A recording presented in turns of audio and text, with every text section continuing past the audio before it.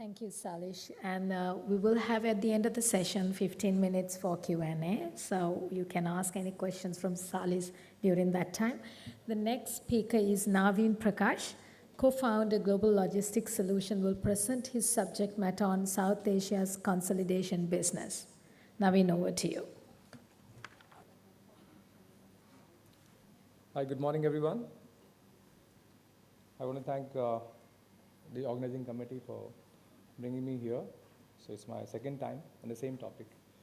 So I'm very happy to present about LCLs because that's what I do. And so thank you very much for your time. So basically, we all know what is LCL consolidation. I'm here talking about consolidation of cargo of various shippers to their respective consignees. As we also know, there's something called buyer consolidation where there's only one consignee and there are various suppliers. So I'm not talking about that. I'm talking about a generic, what we call NVO consolidation. So it basically means that to put cargoes of different shippers and different consignees in one container which is going to a particular destination from an origin. Since it's a perspective to talk about Indian LCL consolidation business, it's an exclusive presentation. I'm not drawing any correlation between other countries or the hubs. Just to start with, South Asia, the major hubs for consolidation is, of course, South Korea, Hong Kong, Singapore, Malaysia, Sri Lanka. These are the LCL logistics hubs because as LCL consolidators, we work on hub and spoke mechanism. We cannot go to all the ports direct from, say, India or any other country, so we depend on the hubs. So these are the major hubs. Of course, Sri Lanka is also one of the major LCL consolidation hub. As we all know, it's a hub for full container transshipment as well. Coming specific to India, there are 5 major ports from which India does LCL consolidation to across the world. Number 1 being Nhava Sheva, without any doubt. It carries around 65 to 70% of the LCL cargo from India. Second is Chennai, followed by Tuticorin, followed by Calcutta, Tuticorin, and Cochin. Tuticorin serves to the Europe and US market because all the garment manufacturers are based in south of India. Kolkata being a very traditional market, they have access to whole of east and northeast of India. Chennai covers some major locations including Karnataka, that is Bangalore and Hyderabad, major manufacturing locations. If you can see, India also does the LCL consolidation not only from the seaports, but also what we call dry ports or ICDs, inland container depots. So even these ICDs, they have their own consolidation. They do not depend on Chennai or Nhava Sheva. They close their own boxes, including they also get the inbound. So when talking about LCL exports, I'm also talking about LCL imports. So these ports do their LCL imports exclusively. Of course, ICDs of Nepal is not a part of India, of course, but they use Indian ports as gateway ports, Calcutta or Vizag, when they close their import and export consolidation boxes. Certain facts about LCL consolidation: the monthly volume that India does is around 600,000 cubic meter CBM per month, or we call it 25,000 TUs, which is less than 2% of the total Indian trade of container trade. Even globally also, it's less than 2% of the total container trade is LCL NVOCC consolidation, discounting the buyer consolidation, which is could be much higher, but this is generic NVOCC consolidation. Mumbai, for example, and these 2% itself covers more than 2,000 final destinations across the globe. India alone does take care of all these ports. Mumbai has more than 120 active LCL consolidators. So you can imagine the market size, and Chennai is about half of it, 60. We have an association called Consolidated Association of India. So they're the verified facts, and the number is really growing. These consolidators, they close direct services to 50 different destinations, and also with their nominated cargoes, they're able to get their boxes from 50 different origins. Just to give a perspective, we have 11 ports direct service from China into India and 5 ports direct service from Japan to Nhava Sheva in India. So there's a huge potential for this list of origin destination to grow in time to come. What's making this, the impact of this increase of number of origin and destination direct is that less dependence on the transshipment hubs which we spoke earlier. So the hubs which we are not using effectively now is Hong Kong, Port Kelang, and unfortunately Colombo as well. So India is not depending on Colombo as the transshipment hub anymore. And still the old-time favorites of Singapore and Rotterdam are still popular to do our rest of consolidation business as a hub. So who are our clients basically for LCL consolidation? Our clients are the traders, and if you see the multinational freight forwarders who have their own buyer consolidation, but they also co-load 25% of the LCL cargoes, which they are not able to make a direct box to.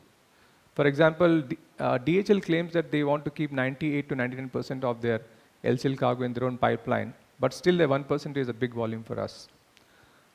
Then we have the local freight forwarding companies who have their overseas counterparts. They use us for loading their LCL shipments with us. And most importantly, the custom brokers, they don't have any overseas counterparts or forwarders. They do custom clearance for the shippers and consignees, and they are the major chunk of a NVCC LCL consolidation business. What are the commodities? Of course, engineering goods. India is a favorite for making engineering goods for Middle East, Africa, Southeast Asia markets. And of course, we import these commodities from Japan, Korea, and US and Europe. Pharmaceutical, India has done pretty well in pharmaceuticals in all these years, as you know, the vaccine story also. Then we have automobile components. Major auto companies in India, they spread across India, right from the Korean, Japanese, even we had American also. Now it's not there anymore, but of course, India is a major automobile hub. Garments and textiles, as I spoke about it, south of India, that's major, and chemicals and dyes from the west of India, say Gujarat, that region, handicrafts and toys across the world. The new product that we have is e-commerce. Basically, all of us know about Amazon. So what we call as FBA deliveries, fulfilled by Amazon. And a lot of NVCC consolidators are getting this business from these big companies, including Indian majors like Flipkart, Shopify, and etc. So there's a big volume which is increasing in LCL business nowadays. Coming back to the challenges, you know, as LCL consolidation is supposed to be a test marketing or a small cargoes being exported or imported by the customers. There is no standardized packaging standards, because if you need to go for standardized packaging, the cost increases.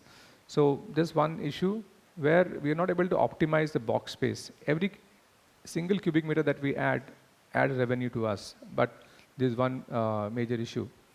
We have seen, including the poor packaging, even shipment coming from China as well, because again, the cost is a major factor.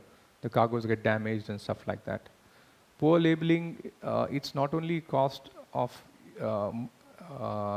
missing out the cargoes, but there are certain regulations in some countries, like especially in Thailand, you cannot send any cargo with proper marks and numbers and labeling. You have to pay the huge penalty. Of course, we know the war situations, we have certain embargoes on commodities, cargoes getting stuck at the transshipment ports. These are a few challenges. And one more very common challenge in business that we know is that when any shipment is prepaid or CIF, the shipper wants complete advantage on the freight. And it's very common to know that in LCLs, people ask for nil freight or zero freight or even lesser. So obviously, the costs get transferred to the consignee. So this creates a lot of distrust and stress issues between the shippers and consignees. And again, even inbound or outbound, sometimes the shippers or consignee doesn't want to do LCL cargo insurance. So these are the challenges, and more importantly, all the CFS in India which are built, they're built basically to cater the full containers, also certain warehouses small warehouses to do the import and export destuffing. But to do an LCL operation, you must need a good warehousing structure, not less than 100,000 square feet for all of us to do proper consolidation. And more importantly, as Shailesh touched upon it, that the manpower issue that our industry faces, that's also for LCL consolidation. The advantages of LCL services, of course, you don't have to buy the whole container. You can buy the space what you need to choose in the container. We can go door-to-door delivery anywhere in the world because of the size of the shipments. As I said, 2,500 destination origins we collect. Multimodal operation, there's a concept of sea air, where if I need to take a cargo to say CIS, I can take the cargo by ocean to Dubai. From there, I can put it on any flight going there, so which cannot be done with a full container. And air is a totally different product altogether. At any given point, I can choose a multiple carrier to load my cargo. Unlike FCL, if you're working with WCL, you have to work with WCL, or APL means work only with them, but I can work with anybody else I want. For any shipper, it's a lower inventory cost. You don't have to keep the cargo, you don't have to manufacture and keep it. As the demand is there, we'll pick up the cargoes and we take it to the desired destination. It's a great method to do the test marketing. Small quantities you can send anywhere in the world. And you can see if the customer likes it, you can increase your volumes by full containers later. So, of course, it's much cheaper than the air freight and the courier options. So what is the future of LCL consolidation? As I said, that e-commerce is the new business, and along with that, India's growth story all of us know, and globally also the volumes will increase. So any volume increase or decrease always helps LCL business. Most of the LCL consolidation companies, they have their EDI transfer of data between them and their counterparts, but of course we're not connected with the shipping line and port APIs, which in future may get connected, so we have complete visibility in this business. So that's why I see a big future in LCLs. We also have the port community system. We're talking about our initiative by the government in India.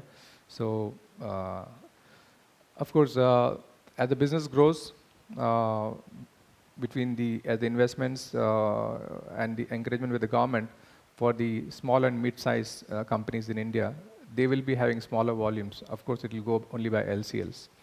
And we will be able to connect more than 2,500 destinations in future. That's what I feel about.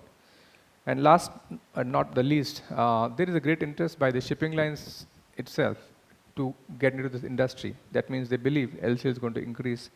Maersk has been trying for the last 2 years in India to start their own LCL consolidation business, along with them few more as well. So that brings to the end of my presentation. Thank you so much for your patience and time. Thanks a lot.